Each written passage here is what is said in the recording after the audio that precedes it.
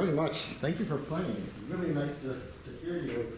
I'm only putting my phone here so I can keep track of time. I'm not, it's even on airplane mode, so I'm not going to call.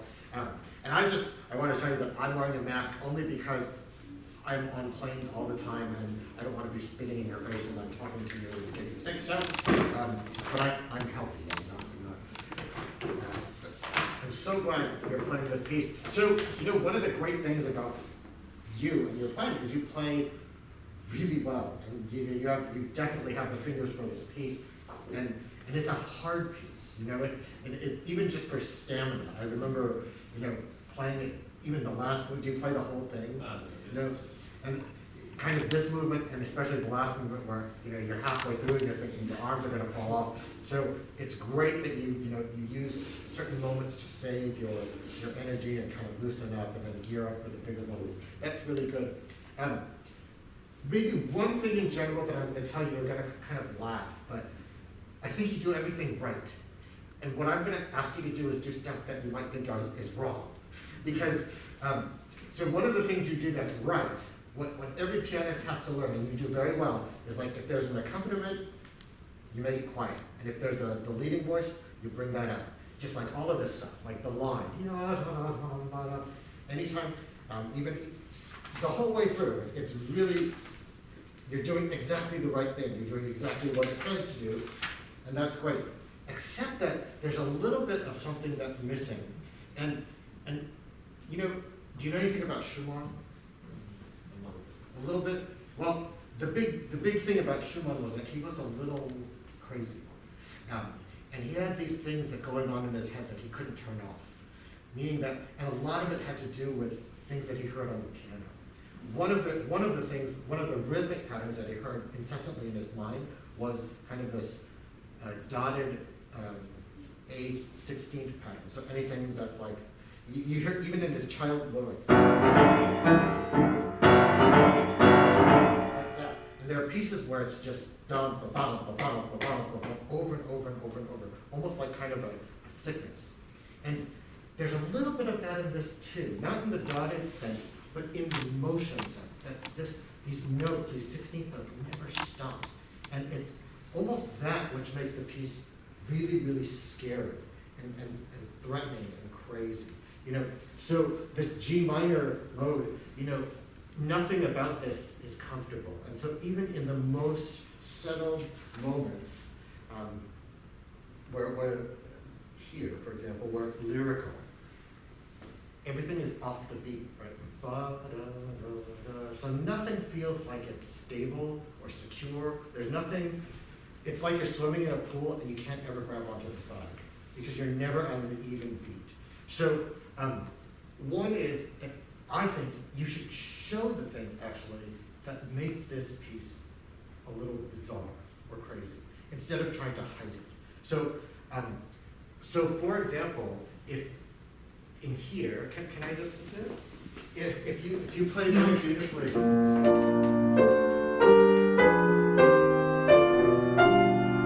almost sounds like they're all even, or they could be on even beats, but instead you should.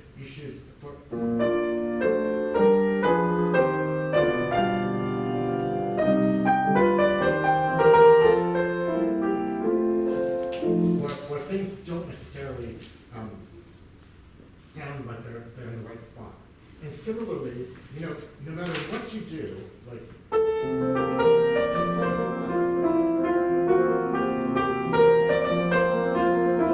which is very beautiful, but again, it's missing that kind of agitation. So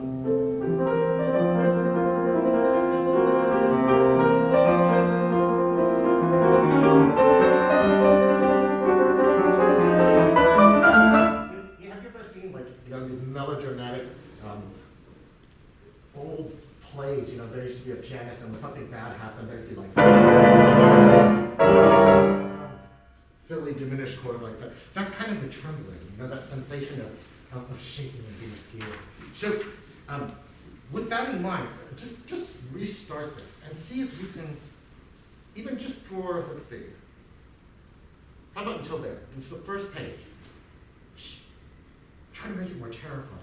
You know, like you can't get out of your own head. Scare us.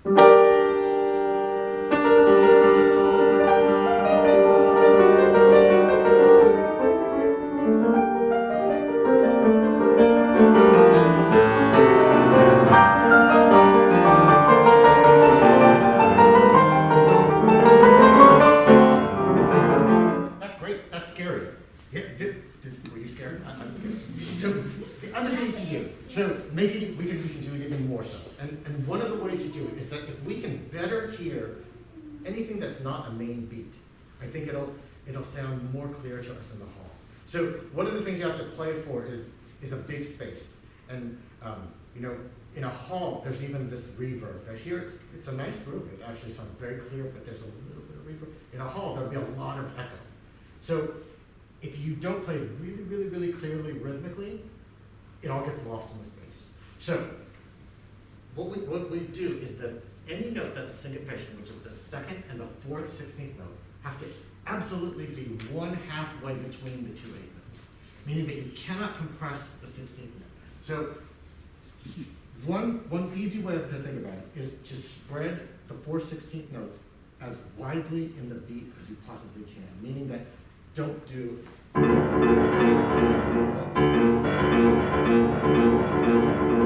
that the notes get farther apart, even though your tempo is really fast. So let's start just a little practice tempo. Let's do like da da da da da da da. When your right hand comes in, let's listen to see if the second and fourth 16th notes all the way down, like even here and here, are exactly halfway between the two eighth notes. Yeah, let's do it at a practice tempo.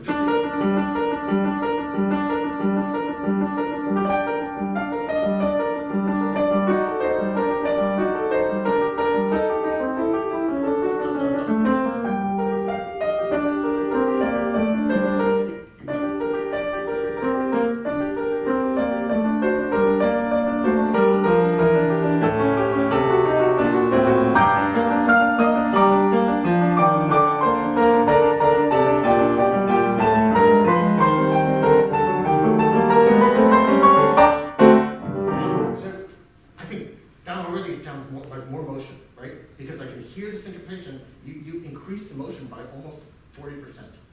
Because if I don't hear it, I hear only 8 notes. And that actually is decreasing the motion by 50%, right? Because if there are 4 notes and I only hear 2 of them, that means I only hear half of what you're doing. So the one thing you also don't want to do necessarily is grab on with your accompanying voice, like the left hand here or here.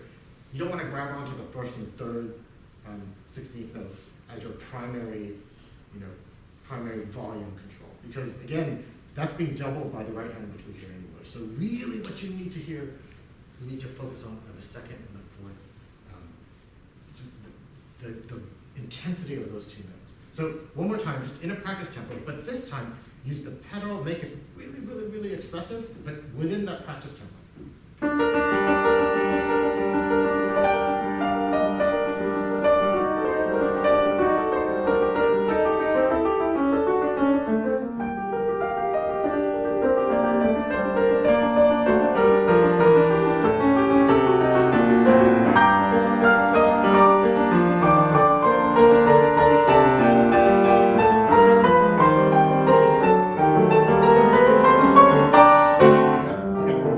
Speed it up. That sounds great.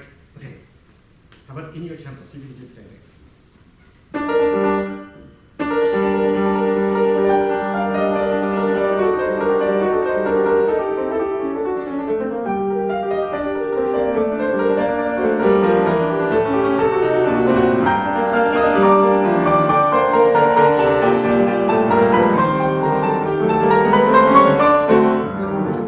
I think that sounds so much more solid than the first time you played it. And of course, you just came and played it, so you had no warm-up or anything. That was great too.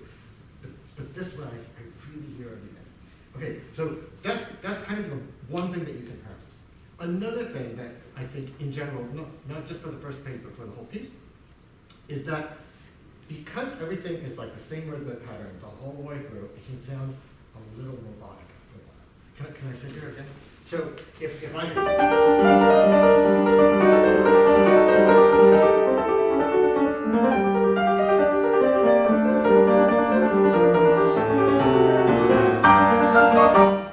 every dynamic argument, everything that it says, but it's still, there's something missing. And I think that's kind of a natural flexibility that you need to make it sound a little bit less like there's a metronome going on in the back of your head. So how do you do that? Well, you look for clues that are even more detailed than what you're looking at now. So So there are slurs here. There's a forte, and then there are these things we call hairpins, right? Because they look like this. So the one thing about romantic music is that hairpins not only indicate a downward, like a diminuendo, it also indicates some sort of relaxation, meaning that a crescendo might also be some sort of expansion, right? So that a natural, you could expand it, you could, now it doesn't mean 100%, but it could be an expansion of dynamic, but it could also be an expansion of time. So this could be a relaxation of the dynamic, but it could also be a relaxation of the time. And I think both of those things work hand in hand. So if I just went, it doesn't sound like anybody.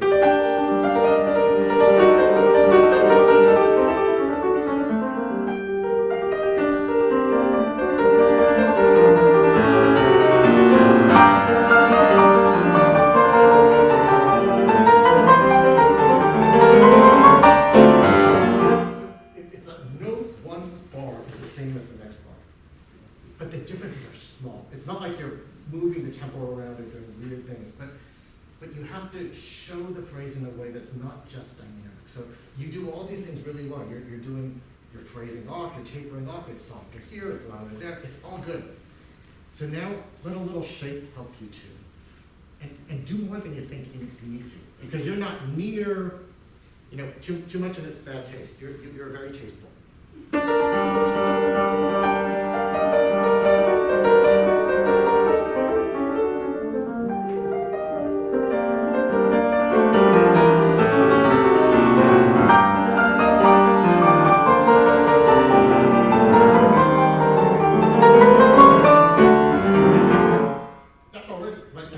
Every time you do it, it's like, I can't tell you how much better it gets. That's already unpopular. Here's another thing to listen for to make it even better. Now, you hear the shape according to the lead voice. And in a sense, that's the right thing to do. And by the way, that's the accent. So you need a little bit more on the accent. That's one thing. But let's do a different thing. And this time, listen and shape. Not according to the top voice, but according to the voice that has the most motion. So if the fastest voice is the 16th notes, all of the pacing comes from the 16th note. So for example, when you da da da, you get da da da da da da da da da, and when you go forward, you hear it according to the 16th note. So slow down the 16th note. Don't slow down the 8th note. I hear da da da da da da da. So you're hearing bigger beats. You now have to distill it all the way down so that each 16th note has a place. And when you push it so the it's like domino, right? The one by one. Yeah. So it's not just about da da da. Don't hear subdivisions. Don't hear the big divisions. Hear the subdivisions.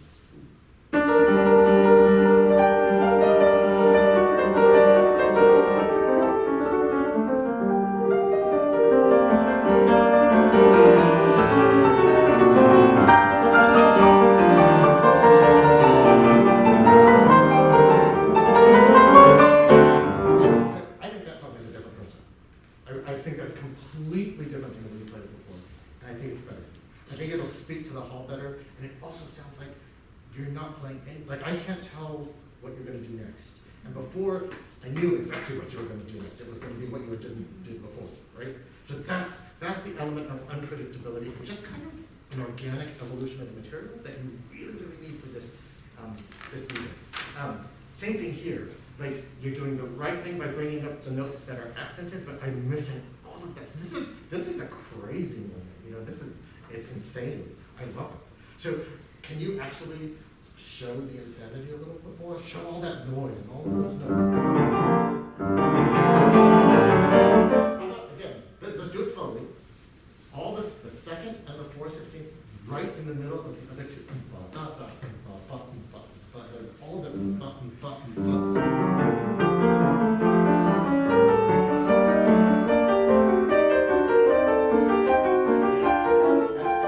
can you accent all of these?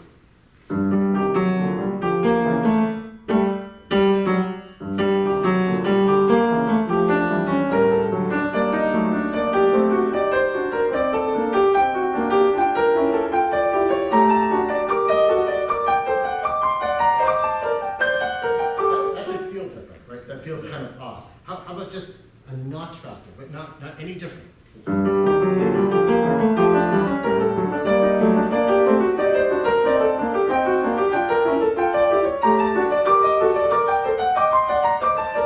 Now, this time, let's add in a dynamic. So we're going to almost kind of crescendo it, right? Like if you make a little bit of a shape, let's think that it's increasing.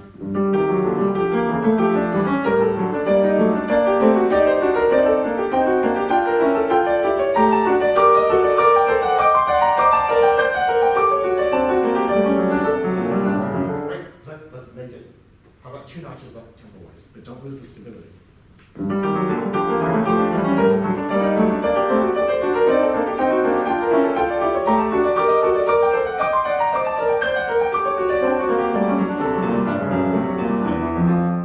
little quicker and a little crazier.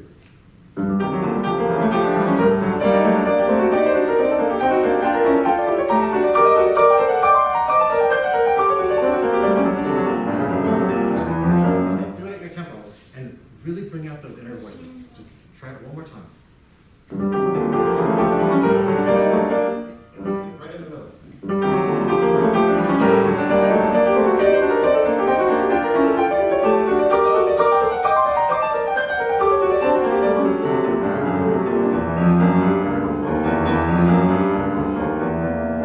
Can I sit here? That's already better. But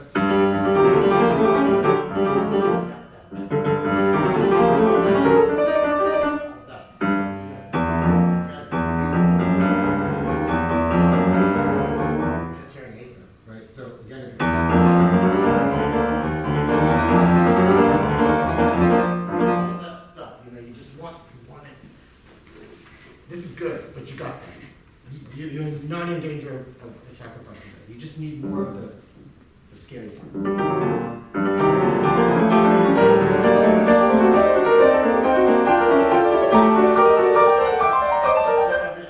One more thing to make it even more hard on you. Just can you go faster as you go through this passion? Like keep pushing through it. See if you can do that.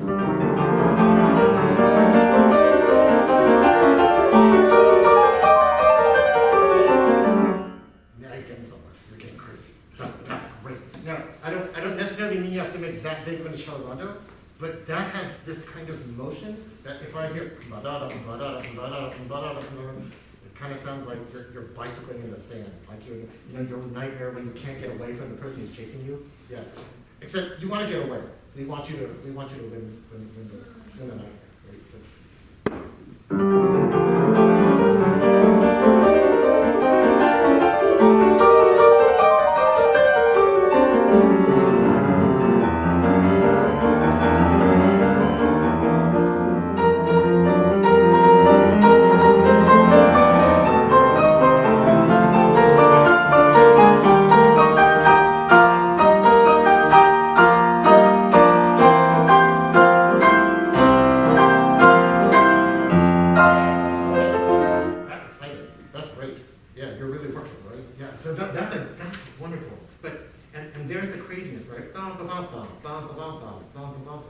It's just bizarre music, but again, that really expresses something. And you know, the other way, the way you were playing it was admittedly cleaner. Like you were very secure and you were getting all the notes and stuff.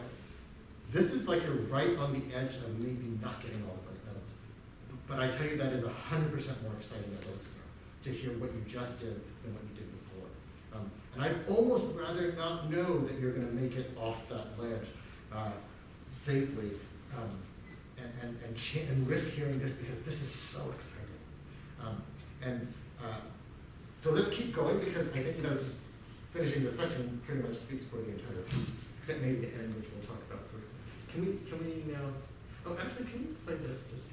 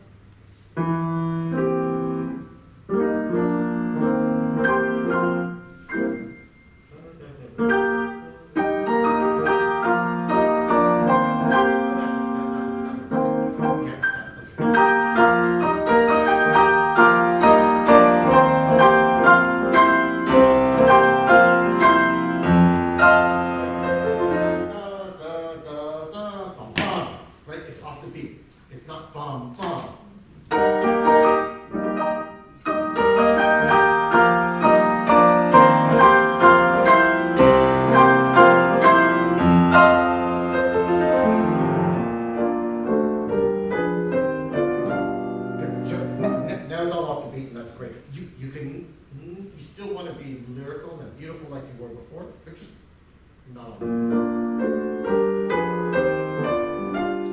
How about stretching? There's a little bit of a hairpin, right? Expand.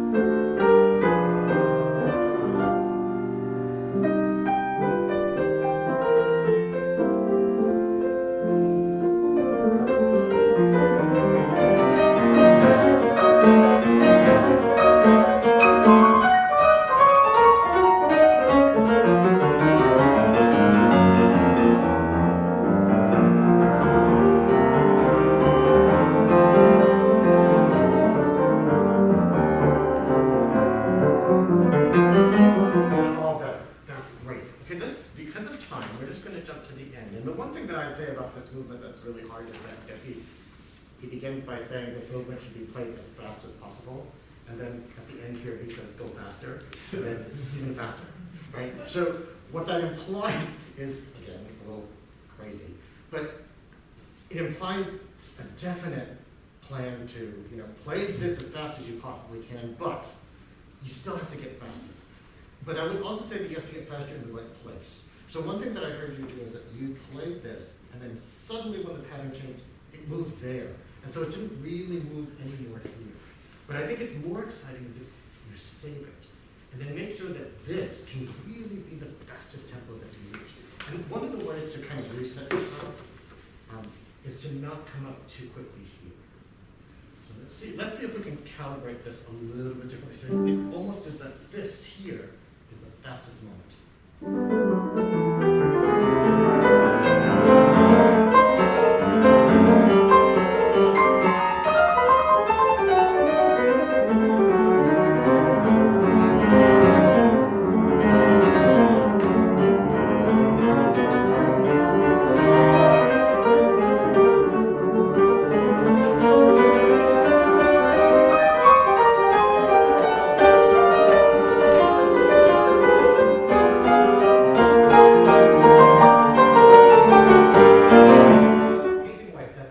This is probably the highest point. I say yada yada.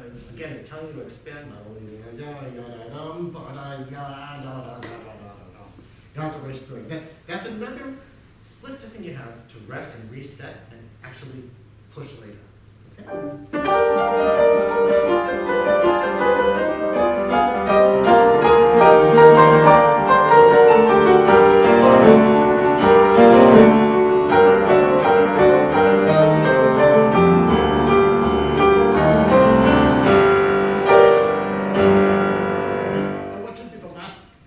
Biggest note of all the pieces.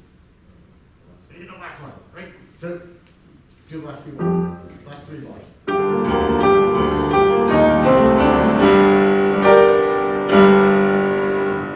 Yeah. If they don't scream after that, that will be it's a dead one. Thank you for playing. That sounded really good.